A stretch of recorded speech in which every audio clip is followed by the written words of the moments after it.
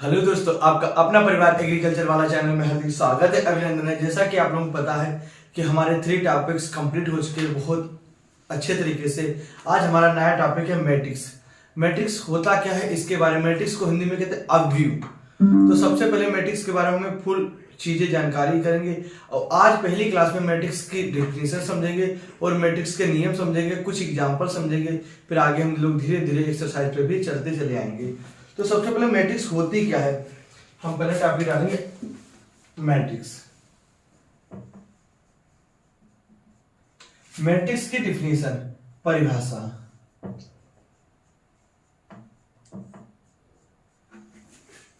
इस प्रकार की मैट्रिक्स जिनमें संख्याओं के निकाय को लाइन तथा स्तंभों के एक आयताकार सारणी के रूप में व्यवस्थित किया जाता है, इसी आयताकार सारणी को ही क्या कहते हैं हम लोग, मैट्रिक्स कहते हैं। क्या बोलो, जिनमें संख्याओं के निकाय को लाइन तथा स्तंभों के एक आयताकार सारणी के रूप में व्यवस्थित किया जाता है, उसे क्या कहते हैं हम लोग, मैट्रिक्स कहते हैं। चला कर दो। इस प्रकार की मैट्रिक्स जिनमें संख्याओं के निकाय को लाइन तथा स्तंभों के एक आयताकार सारणी के रूप में व्यवस्थित किया जाता है, तो उसे क्या कहते हैं हम लोग, मैट्रिक्स कहते हैं। परिभाषा को लिखेंगे, इस प्रकार की मैट्रिक्स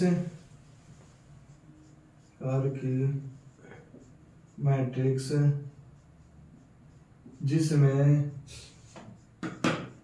संख्याओं के निकाय को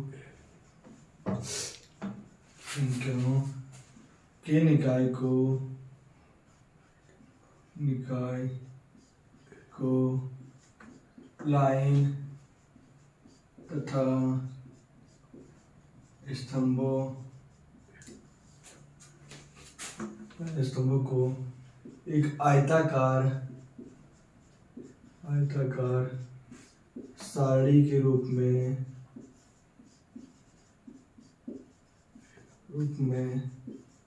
व्यवस्थित किया जाता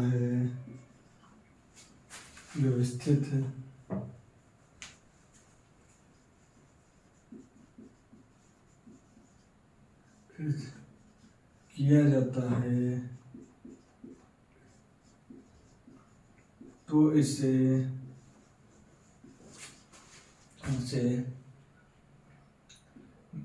मैट्रिक्स कहते हैं। इसी आयताकार सारणी को मैट्रिक्स कहते हैं। क्या बोला, इस प्रकार की मैट्रिक्स जिनमें संख्याओं के निकाय को लाइन तथा स्तंभों के एक आयताकार सारणी के रूप में व्यवस्थित किया जाता है, इसी आयताकार सारणी को हम लोग क्या कहते हैं, मैट्रिक्स कहते हैं। यहाँ पे समझने वाला है कि आयत क्या होता है। तो आयत वो होता है जिसके आमने सामने की भुजा बराबर होती है। सपोज डेट ए वाली भुजा इसके बराबर है और ए वाली भुजा इसके बराबर है, तो आमने सामने की भुजा बराबर होती है, उसे क्या कहते हैं हम लोग, आयत कहते हैं। अब लाइन और स्तंभों को एक आयताकार सारणी के रूप में हमने सपोज कर लिया,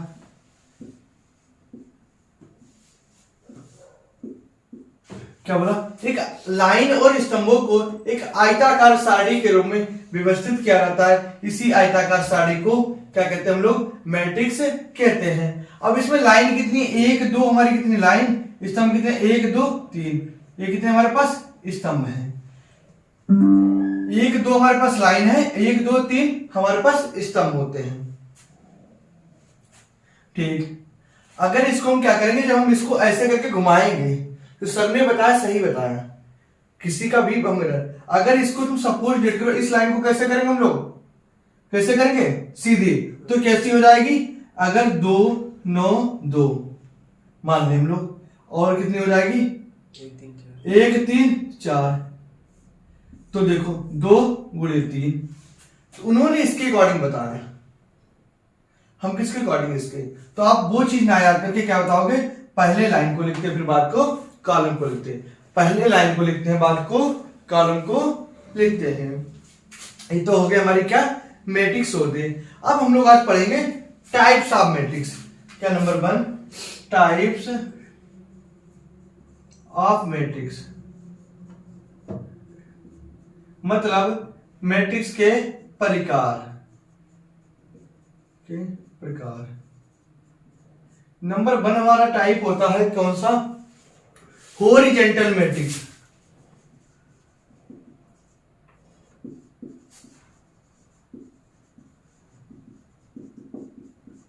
अब हॉरिजॉन्टल को हिंदी में क्या कहते हैं? तो हॉरिजॉन्टल को मैट्रिक्स को हिंदी में कहते हैं क्षैतिज मैट्रिक्स। क्षैतिज मैट्रिक्स। तो इस प्रकार की मैट्रिक्स जिनमें लाइन और स्तंभों की संख्या क्या होती है? लाइन और स्तंभों की संख्या से कम होती है। मतलब ऐसी मैट्रिक्स जिसमें लाइनों की संख्या स्तंभों की संख्या से कम होती है। लाइनों की संख्या किससे कम होती है? स्तंभों की संख्या से कम होती है। तो ऐसी मैट्रिक्स को हम लोग क्या कहते हैं? हॉरिजॉन्टल मैट्रिक्स कहते हैं। तो लिखेंगे इस प्रकार की मैट्रिक्स जिसमें लाइनों की संख्या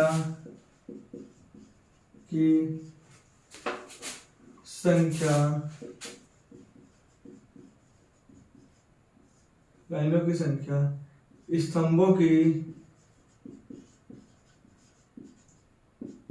संख्या से कम होती है। क्या बोला? इस प्रकार की मैट्रिक्स में लाइनों की संख्या स्तंभों की संख्या से कम होती है। तो ऐसी मैट्रिक्स को हम लोग क्या कहते हैं? हॉरिजॉन्टल मैट्रिक्स कहते हैं। क्या कहते हैं? हॉरिजॉन्टल मैट्रिक्स कहते हैं। तो देखो, अब हम लोग एग्जांपल रखेंगे। पेपर में आता है क्या कि हॉरिजॉन्टल मैट्रिक्स की परिभाषा उदाहरण सहित समझाइए। तो देखो, उदाहरण क्या लिखेंगे? 2 9 2। हमने क्या बताया? इस प्रकार की मैट्रिक्स में लाइनों की संख्या स्तंभों की संख्या से कम होती है। लाइन कितनी? 1 2। स्तंभ कितने? 1 2 3। तो स्तंभों की संख्या से कम होती है। समझ में आया? दूसरा एग्जांपल देखो, A1 A2 A3 A4। ठीक, B1 B2 B3 B4। तो इसमें लाइन हमारे पास कितनी है? 2। स्तंभ कितने? 1 2 3 4। तो लाइनों की संख्या स्तंभों की संख्या से कम होती है। अब नंबर 2 हेडिंग हम लोग डालेंगे कौन सी? Vertical matrix. नंबर 2 हमारी कौन सी है? Vertical matrix.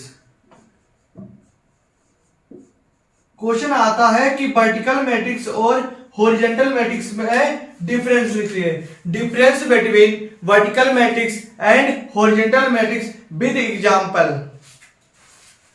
तो देखो, इससे हम लोग कहते हैं ऊर्ध्वाधर मैट्रिक्स।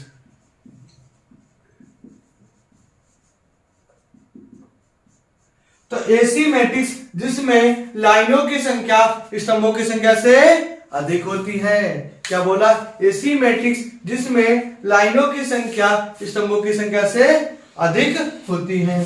तो देखो, इस प्रकार की मैट्रिक्स जिसमें लाइनों की संख्या स्तंभों की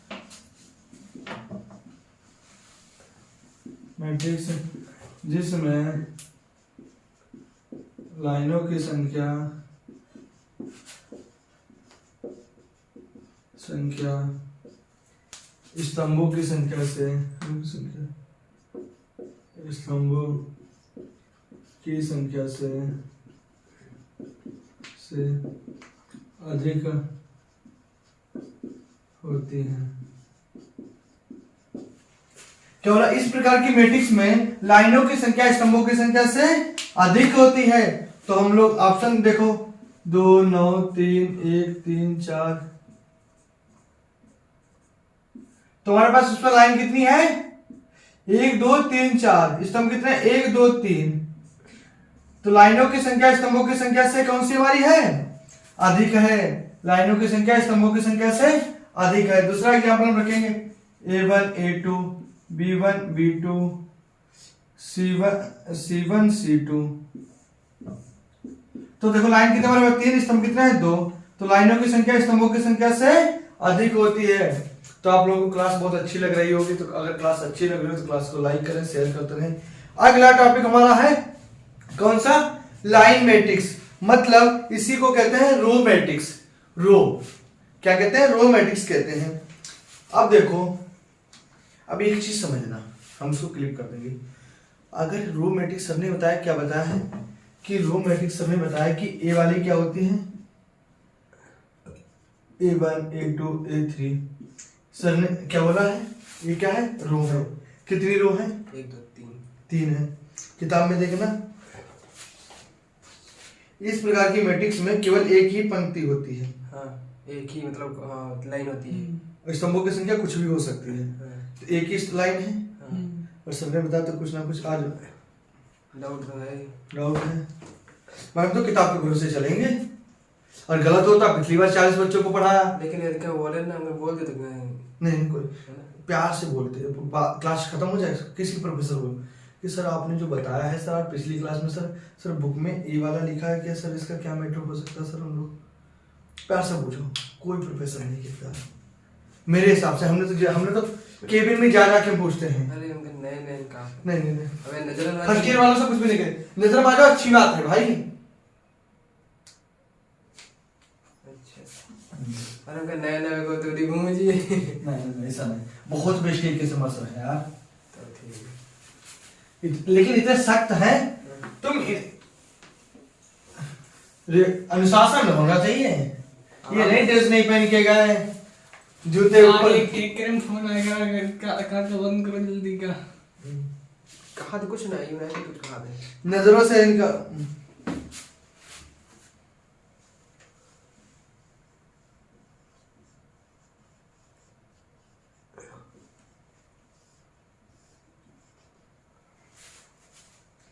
आगे देखो, अब नंबर 3 आगे हमारी रो मैट्रिक्स। रो मैट्रिक्स को हम लोग कहते हैं सदिश मैट्रिक्स या लाइन मैट्रिक्स या पंक्ति मैट्रिक्स। तो इस प्रकार की मैट्रिक्स जिसमें केवल एक ही लाइन होती है, कॉलम कुछ भी हो सकते हैं, मतलब कॉलम कितने भी हो सकते हैं। तो लिखेंगे इस प्रकार की मैट्रिक्स,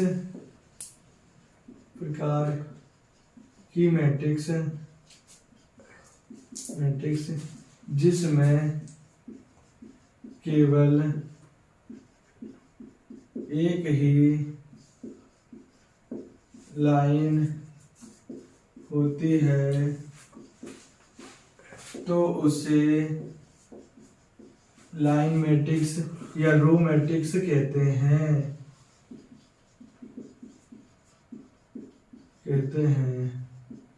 इसमें कॉलम कितने भी हो सकते हैं, कॉलम कितने भी हो सकते हैं।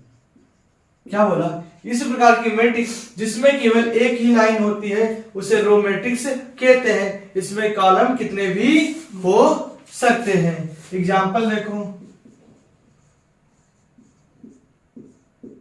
इसमें लाइन कितनी, एक, कॉलम कितने हैं, 4। दूसरा एग्जाम्पल देखो, लाइन कितनी है हमारे पास, एक, कॉलम कितने हैं, 5। समझ में आया होगा आशा करते हैं। अब इसके बाद इसका अपोजिट आता है कौन सा, कॉलम मैट्रिक्स। कौन सी matrix, column matrix.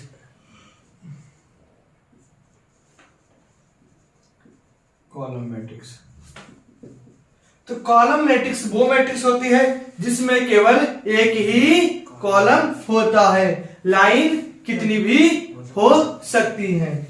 Is not possible. इस प्रकार की मैट्रिक्स में केवल एक ही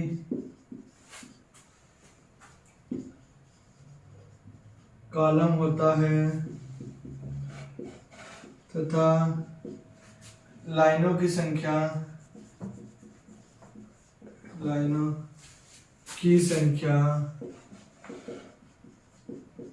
कुछ भी हो सकती है। क्या बोला, इस प्रकार की मैट्रिक्स इसमें एक ही कॉलम होता है, लाइनों की संख्या कुछ भी हो सकती है, तो इससे ऐसी मैट्रिक्स को हम लोग क्या कहते हैं, कॉलम मैट्रिक्स कहते हैं। एग्जांपल समझना,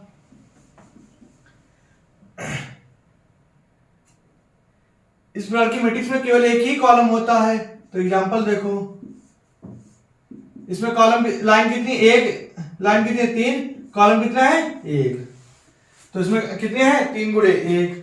अगला एग्जांपल लिखें A1 A2 A3 A4। हमारे पास कॉलम कितने, लाइन कितनी है, 4, कॉलम कितने, 1। तो हमें किससे मैटर है, कॉलम से मैटर है, लाइनों की संख्या से कोई भी मैटर नहीं होता है।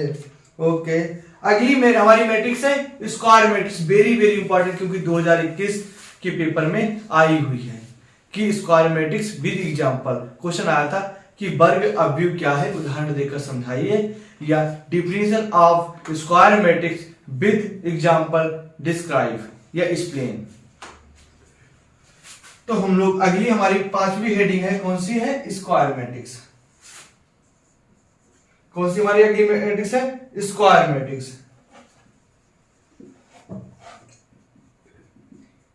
स्क्वायर मैट्रिक्स को कहते हैं वर्ग मैट्रिक्स। अब वर्ग नाम से ही आप लोग बहुत अच्छे से सहमत हो।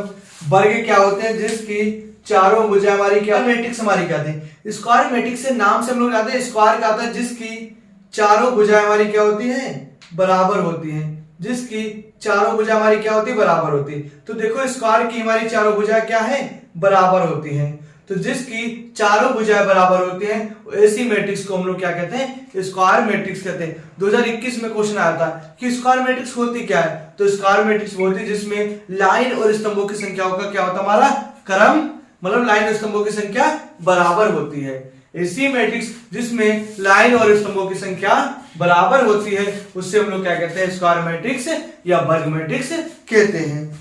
तो देखना, इस प्रकार की मैट्रिक्स,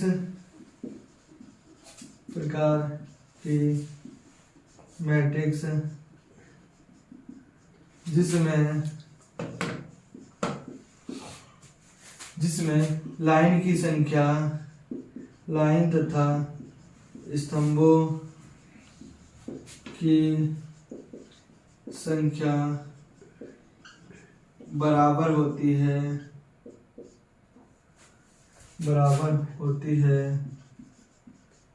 तो स्क्वायर मैट्रिक्स कहलाती है। क्या बोला, इस प्रकार की मैट्रिक्स जिसमें लाइन और स्तंभों की संख्या समान होती है उसे क्या कहते हैं, हम लोग स्क्वायर मैट्रिक्स कहते हैं। एग्जांपल देखना तो आप लोग अच्छे तरीके से, 2 9 9। अब इसमें लाइन और स्तंभों की संख्या क्या है, हमारी बराबर है। दूसरा एग्जांपल रखा हमने,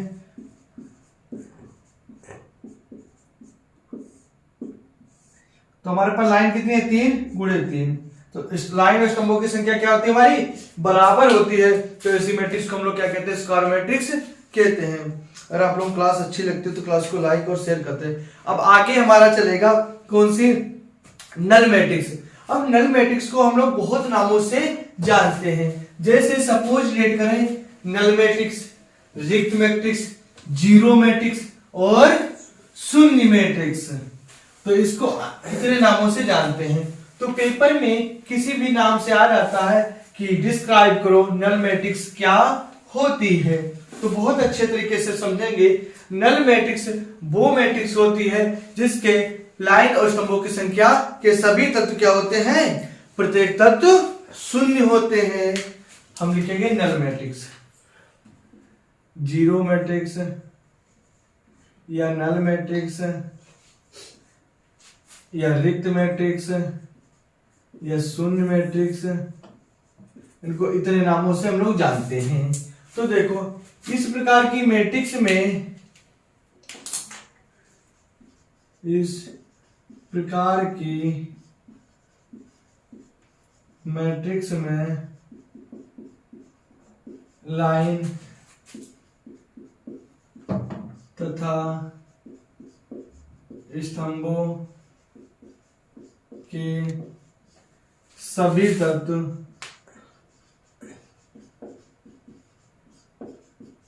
समान होते हैं, सभी तत्व शून्य होते हैं।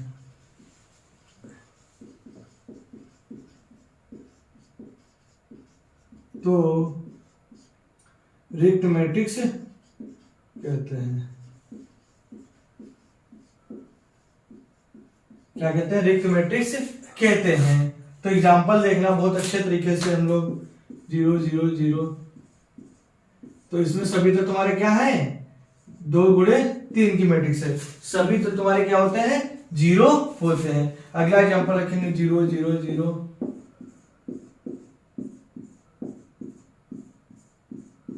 तो देखो इसमें लाइन कितनी हमारे पास है?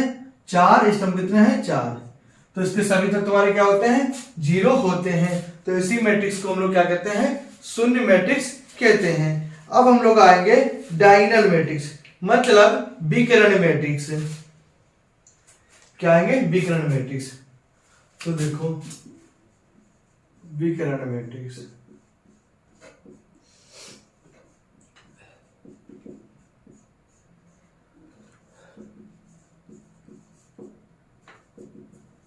Diagonal matrix.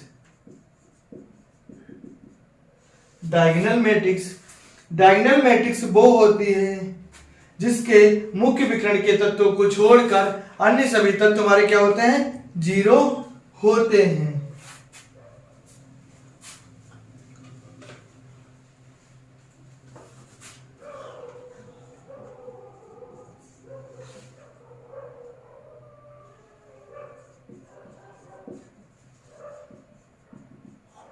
तो देखो डायगोनल मैट्रिक्स वो मैट्रिक्स होती है जिसमें मुख्य विकर्ण के सभी तत्व तुम्हारे क्या होते हैं? 0 होते हैं। तो ऐसी मैट्रिक्स को हम लोग क्या डायगोनल मैट्रिक्स कहते हैं। फिर से देखना, डायगोनल मैट्रिक्स वो मैट्रिक्स होती है जिसमें मुख्य विकर्ण के तत्वों को छोड़कर अन्य सभी तत्व 0 होते हैं। क्या बोला? मुख्य विकर्ण के तत्वों को छोड़कर अन्य सभी तत्व 0 होते हैं। तो ऐसी मैट्रिक्स को डायगोनल मैट्रिक्स कहते हैं। तो देखो इस प्रकार की मैट्रिक्स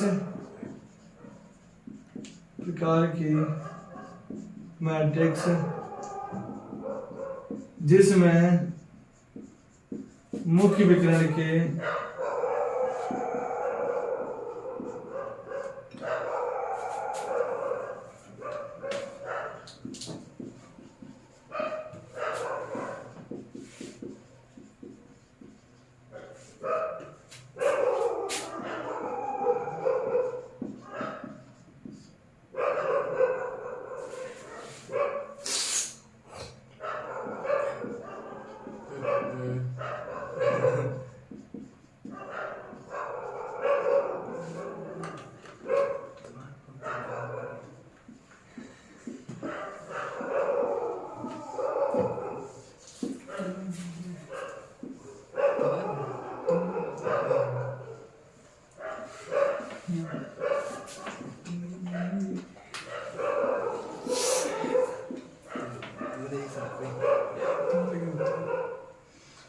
मैट्रिक्स देखो क्या इस प्रकार की मैट्रिक्स जिसमें मुख्य विकर्ण के तत्वों को छोड़कर सभी तत्व तुम्हारे क्या होते हैं? 0 होते हैं। तो ऐसी मैट्रिक्स को हम लोग क्या कहते हैं? डायगोनल मैट्रिक्स कहते हैं।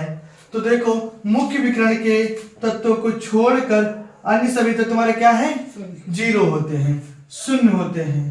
देखो तो आपको आशा करते ये भी चीज समझ में आ गई होगी। तो हमने सबसे पहले मैट्रिक्स समझाया कि मैट्रिक्स क्या होते हैं और उसके types of matrix, vertical matrix, horizontal matrix और लाइन मैट्रिक्स, स्क्वायर मैट्रिक्स, और हमने बताया कॉलम मैट्रिक्स और जीरो मैट्रिक्स। उसके बाद हमने बताया डायगोनल मैट्रिक्स क्या होती है।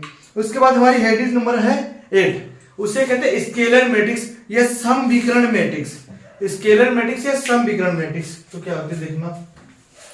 स्केलर मैट्रिक्स वो मैट्रिक्स होती है जिसमें मुख्य विकर्ण के तत्व सभी इकाई अंक होते हैं। मुख्य विकर्ण के सभी तत्व क्या होते हैं? इकाई अंक होते हैं। मतलब ऐसी मैट्रिक्स जिसमें मुख्य विकर्ण के तत्व सभी इकाई अंक होते हैं और समान होते हैं, तो उसे क्या कहते हैं हम लोग? क्या कहते हैं भाई? समविकर्ण मैट्रिक्स कहते हैं। तो देख रहा स्केलर मैट्रिक्स,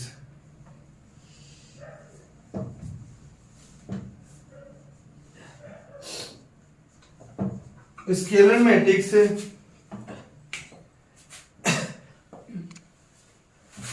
वह अवयव वो वह वर्ग मैट्रिक्स है,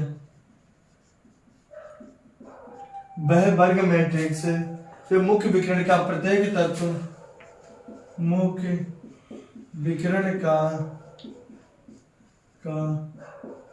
प्रत्येक तत्व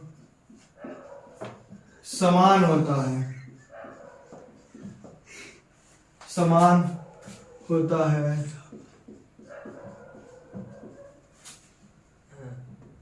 समान होता है तथा अन्य सभी तत्व शून्य होते हैं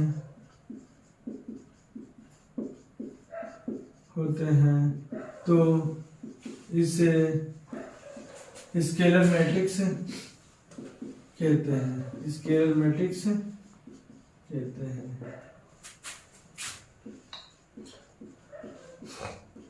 क्या बोला? ऐसी मैट्रिक्स जिसमें मुख्य विकर्ण के तत्व का प्रत्येक तत्व समान होता है, मतलब वर्ग मैट्रिक्स में वो होते हैं जिसके अन्य सभी तत्व तुम्हारे क्या होते हैं, समान होते हैं, उससे क्या कहते हैं हम लोग, समविकर्ण मैट्रिक्स कहते हैं। हम लोग एग्जांपल देखेंगे बहुत अच्छे तरीके से, 2 2 2 0 0 0। तो देखो एग्जांपल में कि मुख्य विकर्ण के प्रत्येक तत्व तुम्हारा इकाई अंक होता है और समान होते हैं। इसमें एक क्या होती है, लाइन और स्तंभों की संख्या भी बराबर होनी चाहिए, मतलब जितनी लाइन होगी उतने ही क्या होने चाहिए, स्तंभ भी होने चाहिए। ठीक, तो इस प्रकार को क्या कहते हैं हम लोग, समविकर्ण मैट्रिक्स, और इसी मैट्रिक्स को अदिश मैट्रिक्स के नाम से भी जानते हैं। अब अदिश क्या होते हैं भाई? अदिश मैट्रिक्स नाम होता रखे, समविकर्ण नाम होता, स्केलर क्या होता, नाम होता रखे। अगली मैट्रिक्स हमारी उसका नाम है क्या, आइडेंटिफाई मैट्रिक्स। कौन सी है? आइडेंटिटी मैट्रिक्स या यूनिट मैट्रिक्स, आइडेंटिटी मैट्रिक्स या यूनिट मैट्रिक्स।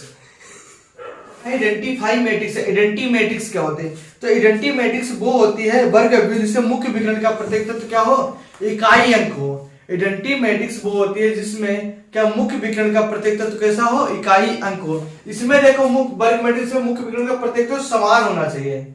इसमें ये नहीं कहा कि इकाई अंक होना चाहिए, इसमें कहा कि मुख्य विकर्ण का प्रत्येक तत्व समान होना चाहिए। लेकिन आइडेंटिटी मैट्रिक्स में क्या होता है, प्रत्येक तत्व कैसा होना चाहिए, इकाई मैट्रिक्स होना चाहिए।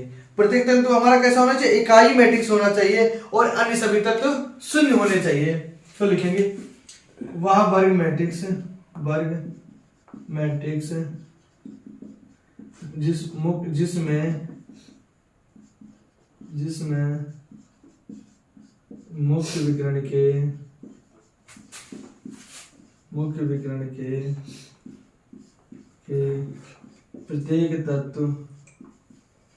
विकर्ण के प्रत्येक तत्व समान होना चाहिए, समान तथा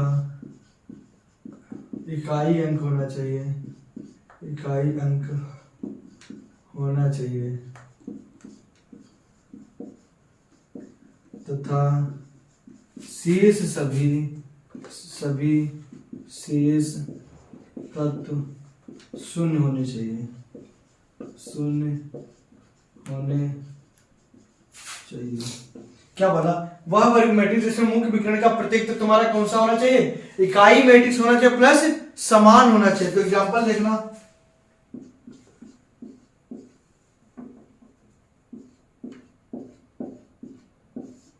तो देखो मुख्य विकर्ण का प्रत्येक तत्व तुम्हारा कैसा है, इकाई अंक हो, और अन्य सभी तो तुम्हारे क्या है, शून्य है। तो कितने की 3x3 की मैट्रिक्स है, कितने की 3x3 की मैट्रिक्स है।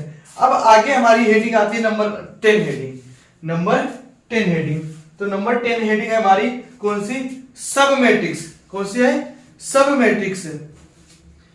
तो देखो अब ये वाली हेडिंग हमने तुम्हें नहीं कराई थी, नोट कर देना, इकाई वाली। सब मैट्रिक्स।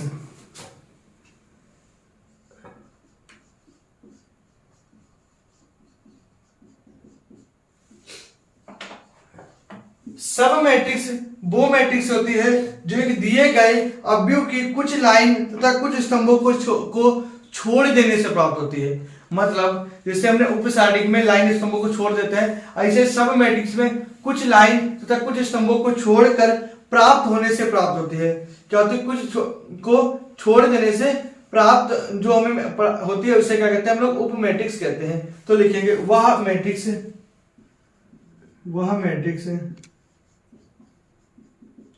वह मैट्रिक्स जो एक दिए गए, जो दिए गए, वह मैट्रिक्स जो दिए गए अवयव की, दिए गए मैट्रिक्स की, दिए गए मैट्रिक्स की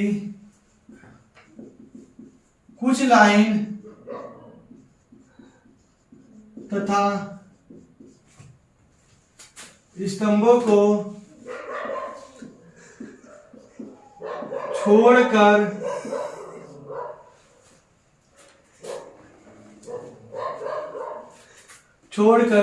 प्राप्त होने वाली मैट्रिक्स को, होने वाली मैट्रिक्स को सब मैट्रिक्स कहते हैं। वह मैट्रिक्स जो दिए गए मैट्रिक्स से कुछ लाइन तथा कुछ स्तंभों को छोड़कर प्राप्त होती है। जैसे हम अपने आप सपोज डेट करें, एग्जाम्पल लिखते हैं, एग्जाम्पल। जो एग्जाम्पल सोचने नहीं चाहिए, किताबी भाषा एग्जाम्पल नहीं लिखे जाते हैं। अपने पास से कुछ भी संख्या जो हम डिफिनेशन के अकॉर्डिंग है कि वह मैट्रिक्स जो दिए गए मैट्रिक्स कुछ लाइन तथा स्तंभों को छोड़कर प्राप्त होने वाली, क्या प्राप्त होने वाली मैट्रिक्स को सब मैट्रिक्स कहते हैं। जैसे एग्जाम्पल हमने ले लिया,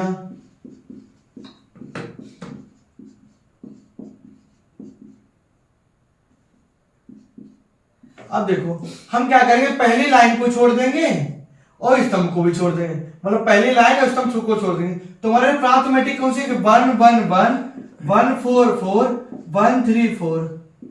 तो इसी को हम लोग क्या कहते हैं? सब मैट्रिक्स कहते हैं। हमने क्या कर दिया, पहली स्तंभ को छोड़ दिया और पहली लाइन को छोड़ दिया, तो प्राप्त शेष मैट्रिक्स को हम लोग क्या कहते हैं? सब मैट्रिक्स कहते हैं।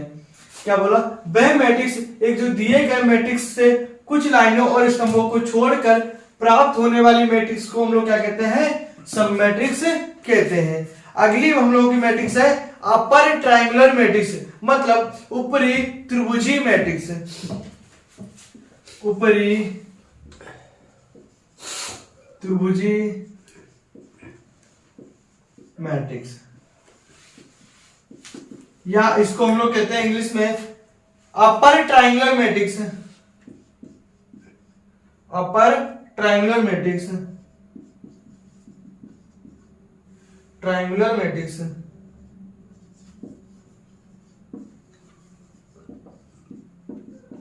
क्या बोला?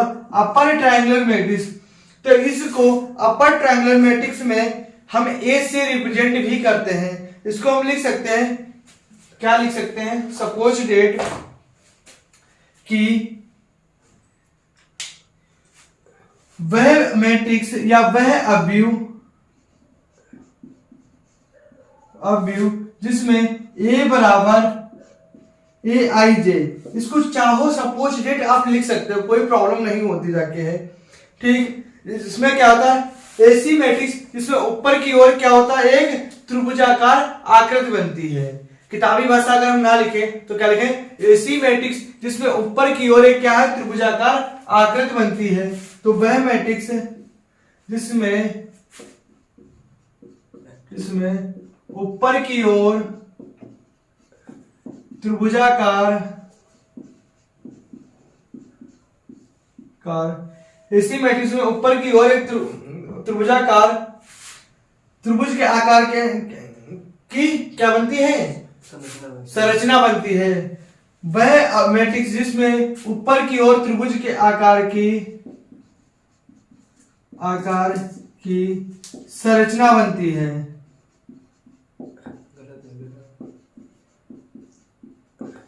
त्रिभुजा के आकार की संरचना होती है या बनती है, दोनों सपोजिटेड सही होते हैं। ठीक, और शेष सभी तत्व क्या होते हैं? हमारे शून्य होते हैं। शेष सभी तत्व शून्य होते हैं, शून्य होते हैं।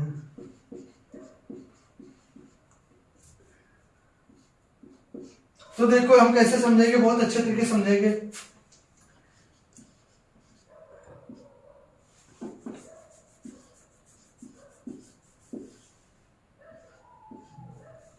तो हमने क्या बोला, मुख्य विकर्ण के तत्व को के ऊपर की ओर क्या है, त्रिभुजाकार आकृति की कैसी बनती है, संरचना बनती है।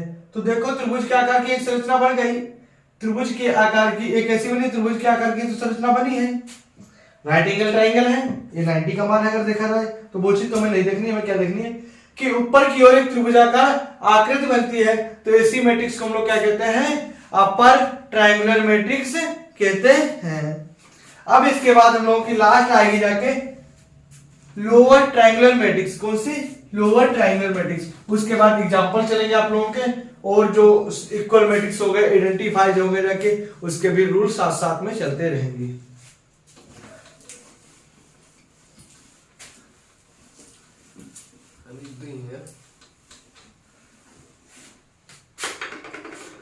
लोअर ट्राइंगुलर मैट्रिक्स,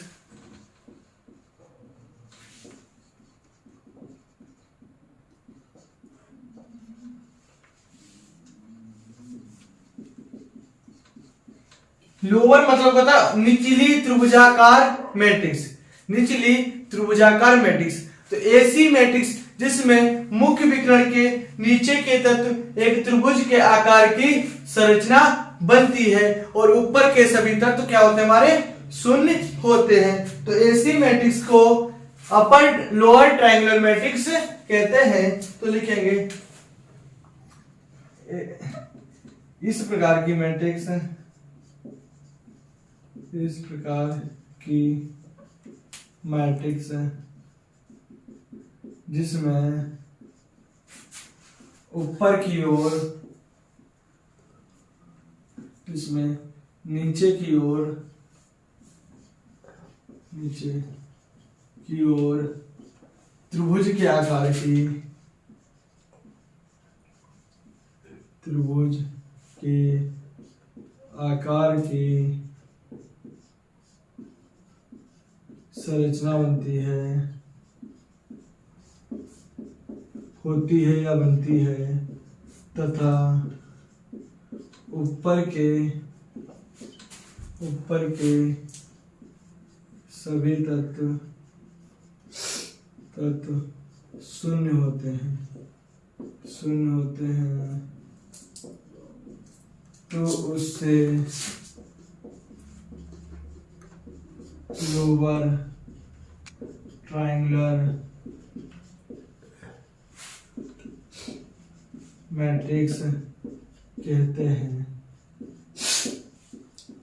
क्या बोला, इस प्रकार की मैट्रिक्स जिसमें नीचे की ओर त्रिभुज के आकार की संरचना होती है तथा ऊपर के सभी तत्व तुम्हारे क्या होते हैं, शून्य होते हैं। तो ऐसी मैट्रिक्स को हम लोग क्या कहते हैं, लोअर ट्रायंगुलर मैट्रिक्स कहते हैं। तो एग्जांपल समझना,